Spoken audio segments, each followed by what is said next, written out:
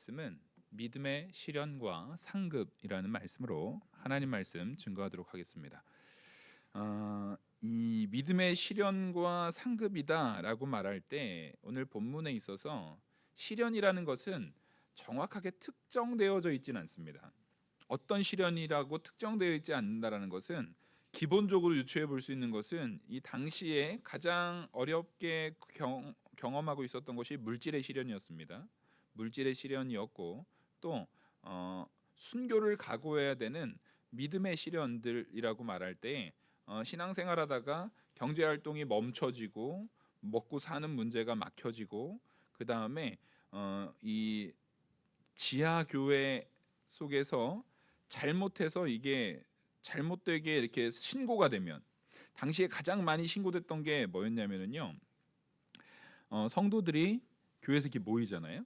성도들이 이렇게 모이면 제일 많이 이렇게 드러났던 음해들이 뭐였냐면 저 사람들은 서로 형제자매라고 서로 부르기 때문에 아무나 그 남자와 여자가 서로 부부 이렇게 관계없이 아무나 서로 음행한다, 이런 터무니없는 이 내용을 가지고 그들이 그걸 가지고 정죄를 했습니다.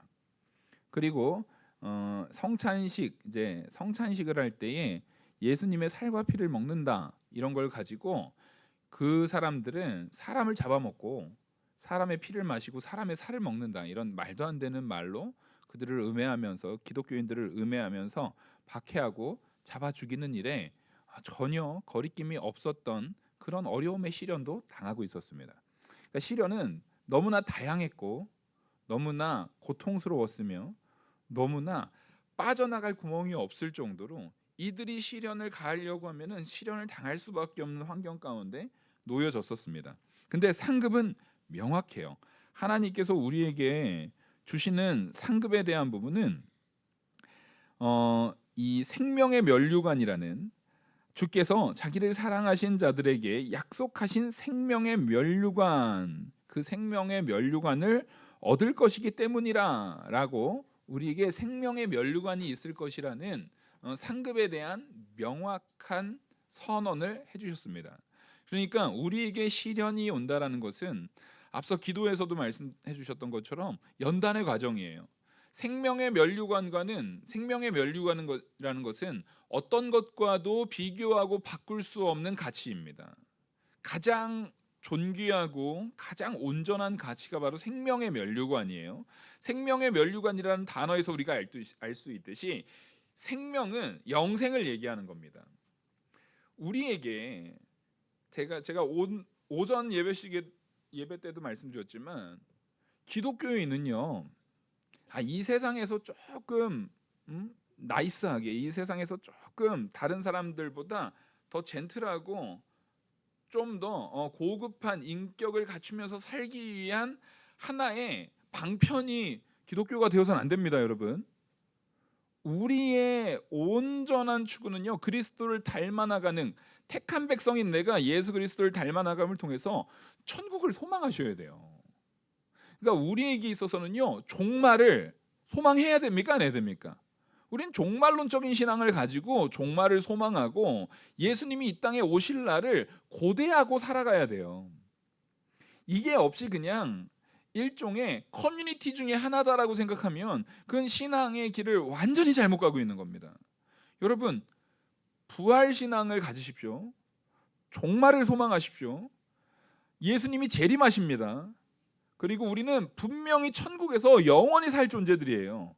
그리고 하나님의 대적, 하나님을 믿지 않는 자들에게는 영원한 지옥이 분명히 있어요.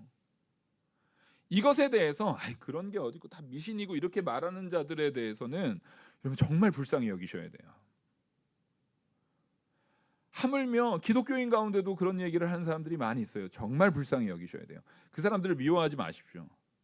그 사람들에 대해서 분노하지 마십시오. 분노할 때가 아니에요. 정말 불쌍히 여기셔야 돼요.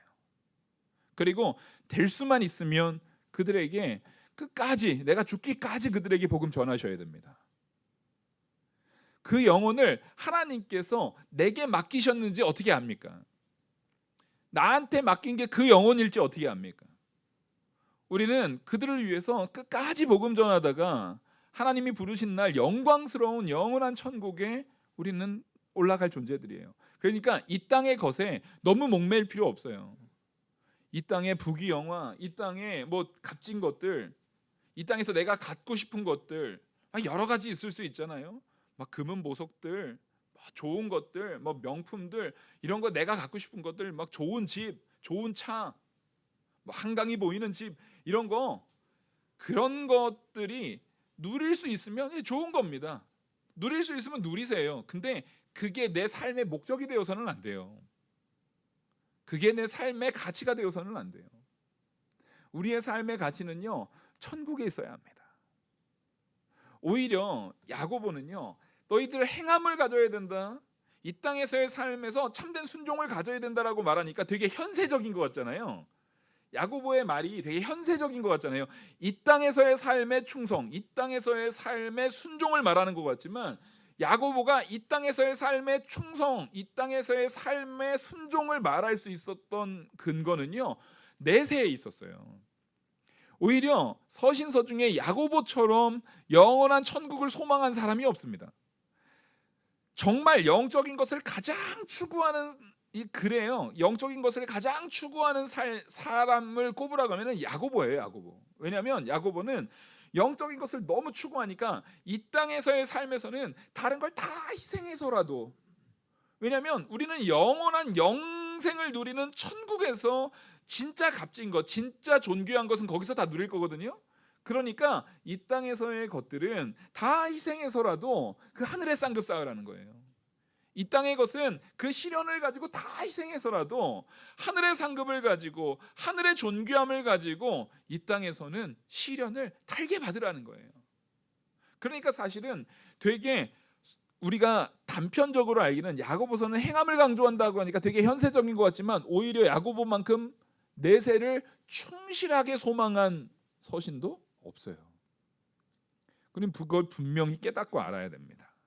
그래서 12절에 보시면, 시험을 참는 자는 복이 있나니 이는 시련을 견디어낸 자가 주께서 자기를 사랑하는 자들에게 약속하신 생명의 멸류관을 얻을 것이기 때문이라. 여기서 시험을 참는 자는요, 막연하게 아무것도 모르는 상황에서 아무것도 가르쳐주지 않았는데 막연하게 참다 보니까 내가 갑자기 생명을 얻었네, 이거 아닙니다. 여러분, 우리의 생명을 얻어가는 과정은요, 반드시 뭐가 먼저예요? 하나님의 계시가 먼저예요. 하나님의 선언이 먼저예요. 하나님의 약속이 먼저입니다. 그리고 그 약속 가운데 나를 살려주시는 하나님의 역사가 먼저예요. 그리고 우린 자랑할 게 없다라고 말하는 것이요, 여러분, 자랑하시려면요, 나를 살리신 하나님을 자랑하는 겁니다. 근데 하나님을 자랑하는 게 누가 존귀해지는 일이에요? 내가 존귀해지는 일이에요. 그러니까 우리는 하나님만 자랑하고, 그럼 나는 내가 열심히 한 건 뭐가 있어요? 이게 얼마나 미련한 말인지 몰라요. 하나님을 찬양하고 하나님을 영광 돌리고 하나님을 높이고 하나님을 존귀히 여기는 게 누가 높아지는 일이라는 겁니까? 내가 높아지는 일입니다. 그러니까 이것과 예화로서 완전하게 맞아떨어지는 건 없어도 되게 비슷한 부분이 뭐냐면, 당시의 로마 시대의 주인과 종의 위치예요. 당시에 종들의 이 권위, 종이라고 다 똑같은 종이 아닙니다. 우리도 그런 거 있잖아요. 예를 들어서 의전 서열로 따지면은 비서실장이 굉장히 높습니다. 우리가 볼 적엔 비서잖아요. 비서하면은 왠지 막 국무총리나 이런 것보다도 별로 이렇게 어떤 장관 막 이런 것보다 되게 좀 낮은 것 같잖아요. 근데 의전 서열상 비서실장은 굉장히 높아요. 왜요? 그 맡은 일이 누구랑 가까울수록 높은 겁니까?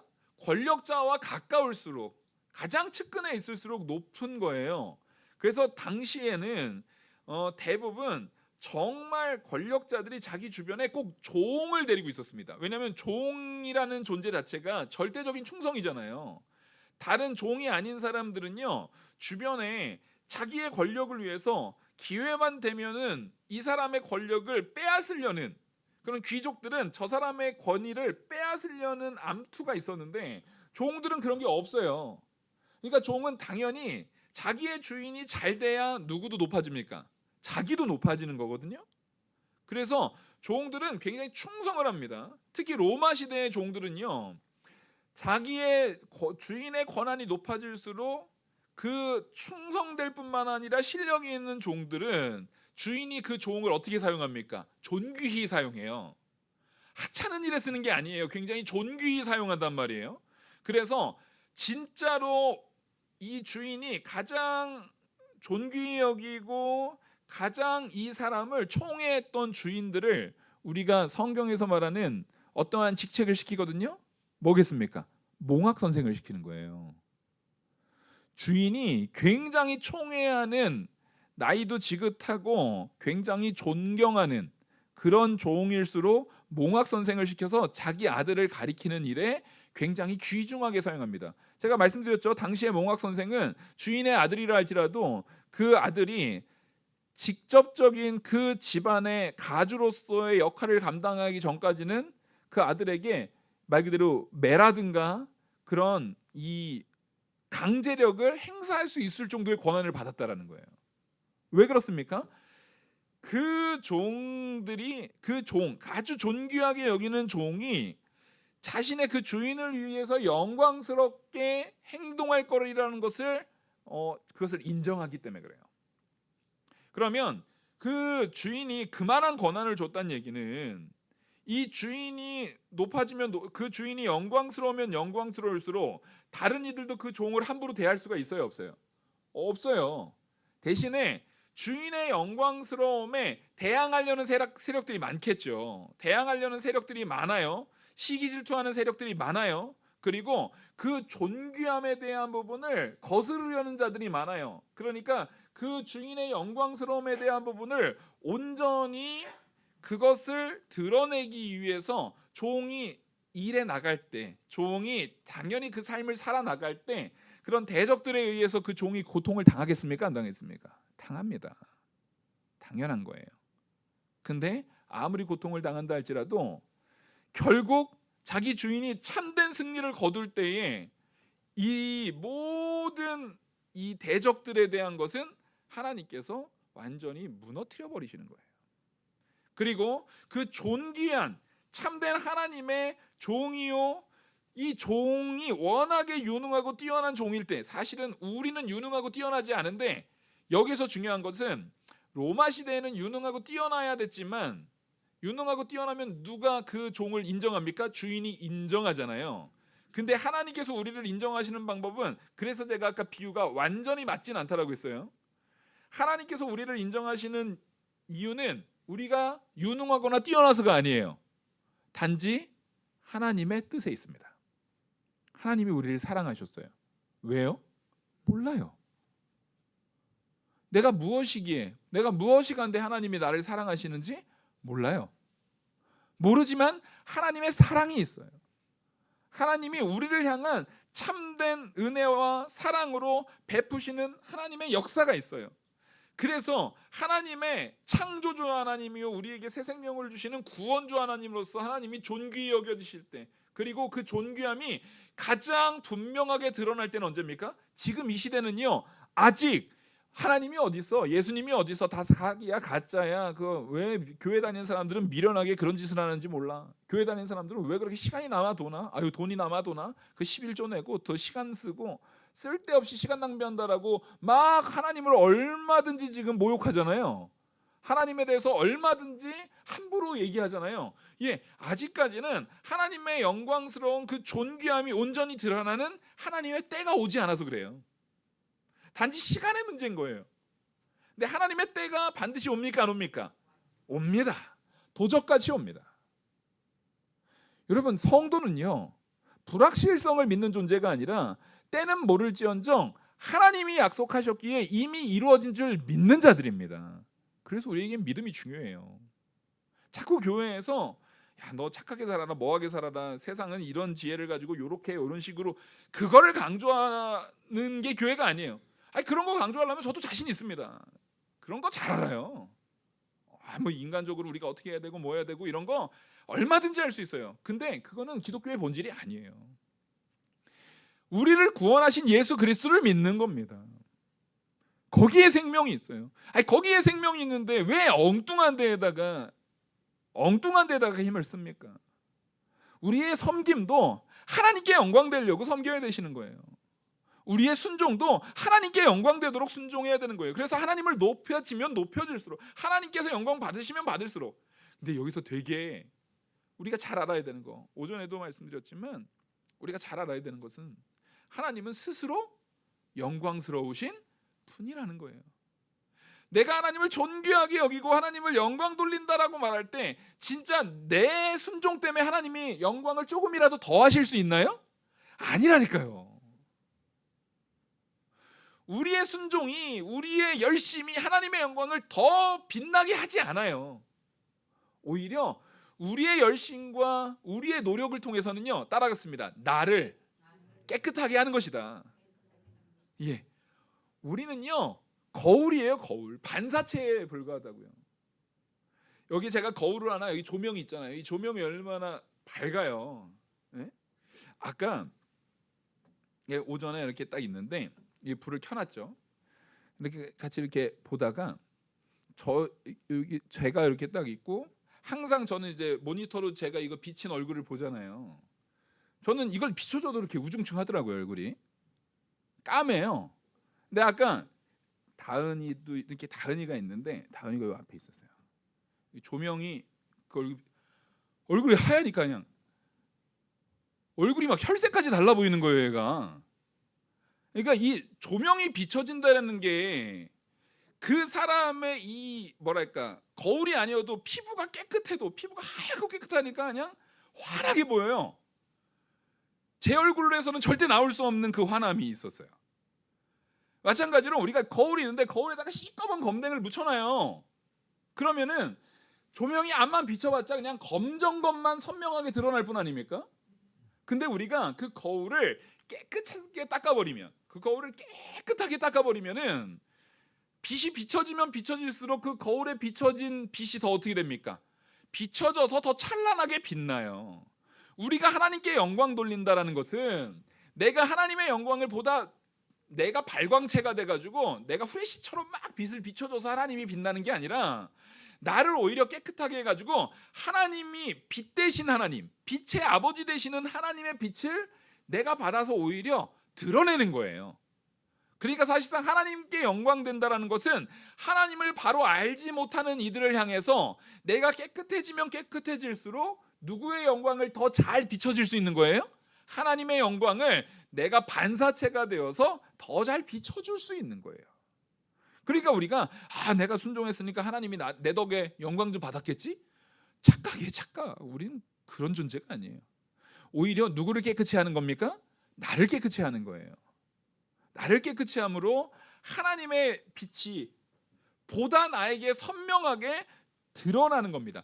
그러니까 오히려 믿음이 연약한 사람이나 안 믿는 사람들이 바라볼 적에는 누가 위대하게 보이는 거예요? 우리가 위대하게 보이는 거예요. 우리가 높임을 받는 거예요. 참, 그게 얼마나 놀랍습니까? 하나님께서는요, 마땅히 하나님 홀로 영광 받으셔야 되는 상황에서도 누가 칭찬받고 누가 영광 받는 길을 반드시 우리에게 열어주세요? 성도인 우리가요. 여러분, 떡볶이 전도 막 하고 부침개 전도 하니까 누가 칭찬받으세요? 그분들이 떡볶이 먹으러 와서 하나님께 영광 돌리고 갑니까? 아니에요. 누구 칭찬해요? 섬기시는 여러분들한테 고맙다 그러잖아요. 하나님이 그거, 이것들이 내 덕에 떡볶이 전도하고 내 덕에 전도하고 내 덕에 복음 전하면서 영광 지들이 다 받네? 이러네요? 오히려 그들에게 그런 고백이 나오게 한 게 누구예요? 하나님이 이끄신 겁니다. 순종할 때 하나님이 하나님의 자녀인 우리로 하여금 칭찬받게 하심을 기억하시기 바랍니다. 그래서 우리는요, 이 시련이 나에게 있을 때 반드시 하나님께서 우리에게 주시는 생명의 면류관, 영생하는, 그리고 다른 모든 믿지 않는 사람들로 하여금으로도 비춰지는, 그들에게 눈에도 선명하게 보이는 우리는 의의 면류관, 생명의 면류관, 영광스러움을 오히려 우리가 누려요. 그러니까 믿음의 시련이라는 것은 사실은 하나님의 은혜로 내가 그 시련을 이겨내는데, 엄밀히 따져서 우리 능력으로 시련을 이길 수가 없죠. 이건 제가 하도 강조해가지고 뭐 더 이상 강조 안 해도 될 정도로 여러분들 다 잘 아십니다. 우리 능력으로 시련 못 이겨요. 그러니까 시련, 믿음을 주신 것도 하나님이고 믿음 안에서 그 시련을 견디게 하시는 능력을 주신 것도 하나님이신데 그 시련을 견딘 자에게 상급은 또 누가 받아요? 하나님이 다 주셨는데 상급은 우리가 받는 거예요. 이렇게 은혜로운 게 어디 있습니까? 성도 된 거 축하드립니다. 정말로 하나님이 저를 성도로 택해 주신 거에 대해서 얼마나 더 감사해야 될지 모르겠어요. 이거보다 더 귀한 게 어디 있습니까? 이거보다 더 귀한 게 어디 있어요? 정말 감사한 거예요. 제가 그 중에서도 제가 목회의 직분을 받은 건 더 감사해요. 세상 말로 진짜 수지 맞았어요. 진짜. 더 감사해요. 왜냐하면 여러분들은 이 믿음의 말씀을 가지고 또 직장 나가서 더 막 힘들게 부딪히셔야 되잖아요. 그 안에서 진짜 안 믿는 사람들과 부대끼면서 또 그 회사에 돈을 벌어주기 위한, 또 내 생활에 돈을 벌기 위한 그런 많은 시련들이 있을 거 아니에요. 그런 시련들 속에서 있는데 저는 말씀을 준비하는 일에 더 시간을 들이면 들일수록 칭찬까지 받네요. 근데 그렇게 목회자들을 안 하려고 그래요. 왜 그럴까요? 참 안타까운 일이에요. 돈으로는 살 수 없는 가치가 있는데 여러분들이 직장 생활하는 부분도 존귀하게 하나님께 순종하는 것이고 거기에서 그리스도의 향기를 드러내셔야 됩니다.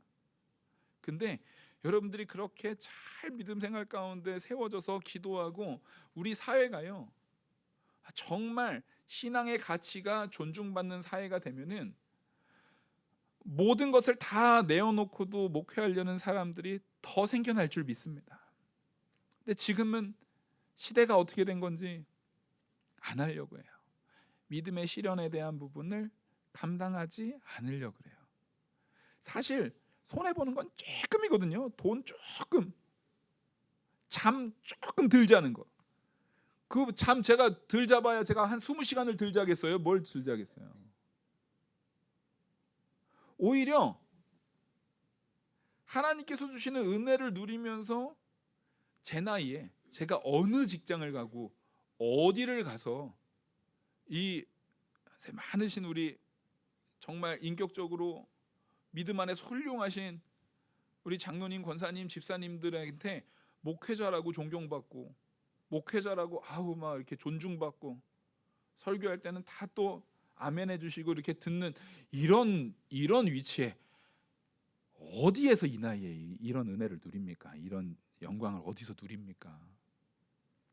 저는 그래서 우리가 당하는 시련에 대해서 저는 제 얘기를 한 거예요. 여러분들이 각자 삶의 영역에서 누리는 시련에 대한 부분도 또 다양하게 있을 거예요.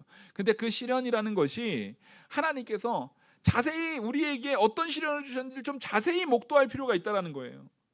자세히 하나하나 살펴보면 감당할 만한 시련을 준 것뿐만 아니라 사실상 우리가 당하는 시련에 비해서 우리가 받는 상급이 더 어떻습니까? 훨씬 큽니다. 단지 내가 욕심이 많을 뿐이에요. 내가 욕심이 너무 많아서 만족하지 못할 뿐이에요. 그래서 이 13절에 보시면 사람이 시험을 받을 때에 내가 하나님께 시험을 받았다 하지 말지니 하나님은 악에게 시험을 받지도 아니하시고 친히 아무도 시험하지 아니하시느니라. 자, 우리는 시험을 받으면서도 내가 어려움을 당하면서 감히 하나님 앞에 시험 받았다라고 말하지 말아야 되는 거예요. 하나님은 그런 존재가 아니에요. 우리는 자꾸만 야고보서 할 때 계속 제가 주되게 말하는 우리가 바꿔야 되는 이 사고방식이 있거든요. 마음의 사고방식 따라했습니다. 남 탓하는 거. 예. 남 탓하는 거를 반드시 바꾸셔야 돼요. 하나님 앞에 거룩하여진다라는 것은요, 하나님과 나의 관계 속에서 1대1로 나를 하나님 앞에 둘 때에 거룩해집니다. 남 탓으로 거기다가 집어넣는 순간에 이것은 다 망가지게 돼 있어요. 내가 하나님 앞에 온전히 설 수 있는 것은요, 하나님께서 나에게 시험을 망하라고 시험 주는 것이 아니라 오히려 하나님 앞에 내가 그 시험을 이길 수 있는 능력을 받았기에 그 시험 가운데에서도 내가 당연히 좌절하고 넘어질 수밖에 없는 나인데도 불구하고 아까 오전에 말씀드렸듯이 양을 목자가 어떻게 해요? 안고 와요. 이 은혜를 누리고 있는 거예요. 근데 정작 나는 안겨있는 상태에서 아우 안고 있으니까 나 답답해요 하면서 거기서 아주 발버둥을 치고 있는 거예요. 그게 은혜인 줄도 모르고 그게 감사한 건 줄도 모르고 발길질로 예수님을 막 걷어차고 있는 거예요. 지금 우리가 하나님의 은혜 안에 품어져 있음에도 불구하고 발길질로 걷어차고 머리 막 하면서 머리로 갖다 들이받고 지금 그러고 있는 거예요. 꼭 아이가 부모님의 은혜로 자기가 누리고 있으면서도 불구하고 자기가 원하는 장난감 하나 못 샀다고 마트에서 들어 누워가지고 아주 들어 누워서 막 발광을 하고 아주 막 난리를 피우는 것처럼 정작 우리가 알량한 뭘 못 버려서요? 자기 욕심을 못 버려서 하나님 앞에 그렇게 행동하고 있단 말이에요. 정작 우리는요 그것도 내가 시련이라고 생각해요. 하나님이 나를 보호하시려고 안아줬는데 하나님이 나를 안고 있는 그것이 내가 이게 답답하다고요. 하나님 때문에 내가 이런 답답함을 당하잖아요 하면서 하나님한테 시련당하는 것처럼. 근데 하나님께서는 우리에게 시험하시지도 않고 하나님은 누구한테 친히 시험 받지도 않으세요. 오히려 하나님께서는요 악에게 시험을 받지도 않는 존재로서 온전한 것은 하나님은 죄를 짓지도 않으시고 죄와 상관도 없으실 뿐만 아니라 죄를 짓도록 유혹하는 충동 그런 것 자체가 있을 수가 있어요 없어요? 없어요. 죄 자체가 없는데 어떻게 죄의 유혹을 충동할 수 있겠습니까? 그러니까 이런 생각을 갖는 것 자체가 하나님을 제대로 안다라는 거예요 모른다라는 거예요? 하나님을 모르기 때문에 하나님을 누구 수준으로 생각하는 거예요? 자기 수준으로 생각하는 거예요. 자기 수준으로 생각하는 거예요. 주변에 보면은요 참 사람 못 보시는 분들이 있어요. 누구를 어디다 자리에다가 세워야 되고 이렇게 뭔가 일을 맡길 때에 사람 참 못 보는 사람들이 있어요. 근데 세상 일을 할 때 보면은 사람 잘 보는 사람들은 진짜 착한 사람일까요? 좀 덜 착한 사람이 사람을 잘 볼까요? 그러니까 좀 이상하시죠? 예, 좀 덜 착한 사람이 사람을 잘 봐요. 정말 선하신 분들, 정말 착하신 분들 보잖아요. 그러면은요, 누가 봐도 저 사람한테 맡기면 안 돼요, 저거. 저거 엉망이 될 게 뻔해요. 근데 정말 착하신 분들 보면은요, 그냥 다 나갔겠지. 그냥 저 사람도 나처럼 그렇게 하겠지라고 생각하는 경향이 생각보다 많습니다. 그러니까 오히려 사기 잘 안 당하는 사람들은요, 조금 그 마음에 교활함이 있는 거예요. 저도 살면서 사기 한두 번도 안 당해봤어요 아직까지는. 여러분들 어떻게 사기 많이 당하셨나요? 네? 많이 당했다고 자랑 아니에요 그거. 그건 또 미련함이 있는 거예요. 우리는 교활과 미련 사이 어디 중간쯤에 있는 사람들이에요 다. 아시겠죠? 지금 둘 다 뭐라는 거예요? 하나님 떠난 나는 둘 다 소망이 없어요. 우리는 미련함과 교활함 그 중간 어디쯤에 다 위치하고 있어요. 교활이 좀 더 있는지 아니면 미련함이 좀 더 있든지. 하지만 그럼에도 불구하고 하나님께서는 우리를 향해서 어떻게 하십니까? 절대로 포기하지 않는다는 거예요. 사랑을 절대로 포기하지 않으신다는 거예요. 그래서 우리는 자꾸만 내가 시련당한 것을 하나님 탓하려고 그래요. 아니면 상황 탓하려고 그래요. 사람 탓하려고 하지만 하나님께서는 그럼에도 불구하고 우리를 안 놔요. 얘가 발버둥 쳐서 떨어지기로 하면 다칠까 봐 오히려 더 꽉 안아주시는 거예요. 그럼 우리는 그걸 가지고 더 하나님 때문에 내가 더 괴로워 이러고 있는 거예요. 참 큰 사랑과 미련함의 충돌이죠. 이게 얼마나 하나님의 큰 사랑과 성도의 미련함의 충돌입니까? 근데 우리의 일상은요, 죽을 때까지 하나님의 큰 사랑과 나의 미련함의 충돌로 살아가실 거예요. 그러면 내가 깨닫는 성도가 된다라는 것은, 내가 시련을 이기고 상급에 가까운 깨달음이 있는 성도가 된다라는 것은, 내가 하나님을 향한 뭐를 덜 하면 되는 겁니까? 미련함을 덜 하면 돼요. 하나님을 향한 패역을 덜 하면 돼요. 하나님의 사랑을 보다 잘 이해하고 깨달으면 돼요. 결국 청교도의 황제라고 했던 존 오웬이 말했던 것처럼 누구를 죽이고요? 자기를 죽이고, 나의 죄를 죽이고, 자꾸 내 안에 나를 죽이고, 내 안에 성령이 살아가는 삶, 성령의 인도대로 살아가는 삶으로 우리가 온전히 나아가시길 바랍니다. 그러면요, 감히 하나님 탓 안 해요. 다른 사람 탓할 일도 없어요. 성령의 조명이 비춰지면 비춰질수록 누구 죄 보고 누구 죄 회개하기 바빠요? 자기 죄 보고 자기 죄 회개하기 바쁘거든요. 그래서 14절에 오직 각 사람이 시험을 받는 것은 뭐 때문이라고 합니까?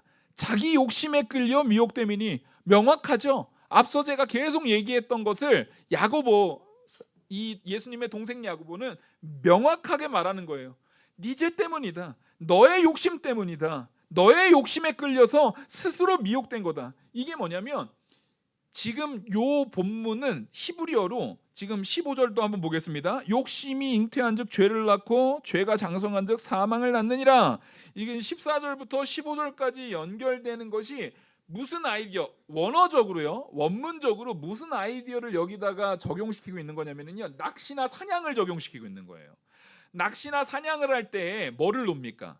미끼를 놓잖아요. 예?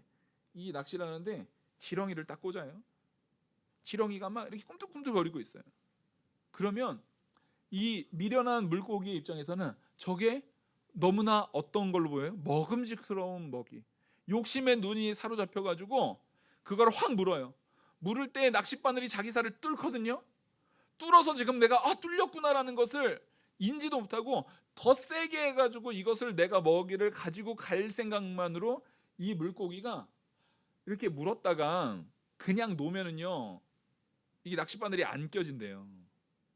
그래서 이 낚시를 저는 낚시를 한 번도 안 해봐가지고 잘 모르겠는데, 물었다는 느낌이 있으면 팍 당긴다고 하더라고요. 물었다는 느낌이 있으면 팍 당겨요. 왜요? 걸리게, 살을 뚫고 걸리게. 그리고 또 이 물고기는 자기한테 걸리는 느낌이 있으면 또 그 욕심으로 이 물은 먹이를 놓지 않고 문 상태로 또 반대로 팍 움직일 거 아니에요. 그러면 이 욕심과 이 낚시를 하는 이 죄악의 둘의 환상적인 호흡으로 다 걸려버리는 거예요. 그러니까 결국엔 우리는요, 우리의 욕심과 우리를 사망에 이끌게 하는 죄의 환상적인 콜라보로 우리는 여기에 걸려버리는 거예요. 여러분, 그러니까 마귀는, 이 세상은, 하나님을 대적하는 존재들은 당연히 우리를 낚으려고 온갖 미끼, 온갖 열심을 낼 거 아닙니까? 여기에 걸리지 않는 방법은 당연히 얘네들은 우리를 잡아 끌려고 최선을 다할 거예요. 그럼 여기에서 걸리지 않을 수 있는 건 누구에게 달린 겁니까? 내가 내 욕심에 빠지지 않고 내 정과 욕심을 십자가에 못 박고 내가 누구의 뜻대로 살면 돼요? 성령의 인도를 따라 욕심을 떠나서 살면 걸리지 않아요. 제가 전에도 한번 말씀드렸죠. 신혼여행 갔을 때 말라이시아 그 랑카이 섬에 갔는데 거기에 원숭이가 엄청 많아요. 원숭이 사냥이 아주 흔해요. 근데 원숭이 사냥하는 게 너무 쉬워요. 끈에 묶은 병이랑 안에 열매 하나만 있으면 돼요. 그러면 그거를 갖다 놓고 끈에 묶어서 나무에다 묶어 놓는데요. 그러면 원숭이들이 와가지고 어떻게 합니까? 자기 손이 겨우 들어가는 유리병에다가 손을 집어넣어요. 집어넣어서 그 안에 있는 과일을 손으로 꽉 움켜요. 움켜졌으니까 이거 빠져요, 안 빠져요? 안 빠져요. 이게 뺄 수 있어요. 어떻게 하면 빠집니까? 놓으면 돼요. 어차피 자기가 이렇게 쓱 넣을 수 있는 거기 때문에 놓기만 하면 금방 빠진대요. 근데 열이면 열, 백이면 백 노는 원숭이는 없다고 합니다. 여러분, 원숭이 같이 살지 마셔야 돼요. 우리가 원숭이 같이 살지 마셔야 돼요. 하나님 앞에 나의 욕심을 버리는 삶, 욕심에 끌려 미혹되지 않는 자가 돼야 돼요. 그래서 그 욕심은요, 반드시 잉태해서 죄를 낳게 돼 있습니다. 그리고 그 죄가 장성하면 결국 뭐에 이릅니까? 사망에 이르게 됩니다. 그러니까 하나님께서는 우리를 사망에 이르지 않게 하려고 성령님을 보내주신 것이고, 참된 생명에 이끄게 하려고 우리가 죄에 붙들려 있을 때 뭘 쳐서라도요, 우리의 손을 때려서라도 그걸 놓게 하시는 하나님의 역사가 있는 거예요. 근데 우리는 내 손을, 그걸 놔서, 그 열매를 놔서 뺄 수 있는 은혜를 베푸신 하나님에게, 하나님이 왜 내 손 때려가지고 나한테 이렇게 시련을 주세요 하고 소리를 지르고 있는 거예요. 적반하장도의 유분수죠. 얼마나 미련합니까?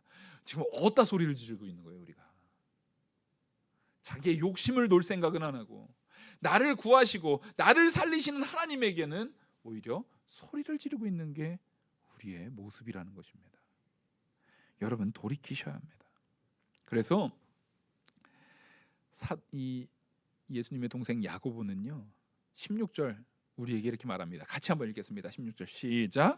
내 사랑하는 형제들아, 속지 말라. 아멘. 속지 마십시오. 여기에서 속지 말라는 건 뭐한테 속지 말라는 거예요? 이거 말하면 마귀한테 속지 말라고 하는 거잖아요. 아니에요. 자기 욕심에 속지 말라는 거예요. 마귀한테도 속지 말아야 되지만, 우리가 마귀보다도 더 속지 말아야 되는 것은 자기 욕심에 속지 마십시오. 자기 욕심에 속지만 않으면 됩니다. 자기를 쳐서 복종시키고 자기 욕심에 속지 않는 우리가 되기를 간절히 바랍니다. 17절 보시면, 온갖 좋은 은사와 온전한 선물이 다 위로부터 빛들의 아버지께로부터 내려오나니. 자, 여기서 빛들의 아버지래요. 이 아버지는 당연히 하나님이죠. 하나님이 그러니까 우리를, 택한 백성인 우리를 뭐로 두시는 거예요? 빛으로 두시는 거예요. 우리가 하나님의 아들 되었기 때문에요, 우리가 빛의 자녀들이에요. 하나님의 빛의 자녀이기 때문에 우리도 뭐가 된 거예요? 빛이 되어지는 거예요. 하나님께로부터 온 빛을, 아까 말했듯이 내가 반사체가 되어서 빛을 발하게 되는 거예요.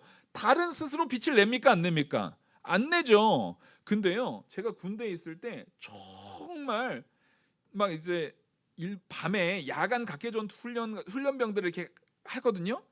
야간 각개전투 훈련병들을 이제 교육을 하려고 그러면은 달이, 구름 한 점 없이 달이 딱 말 그대로 이제 보름달이 뜬 날에는요, 후레쉬 킬 필요도 없어요.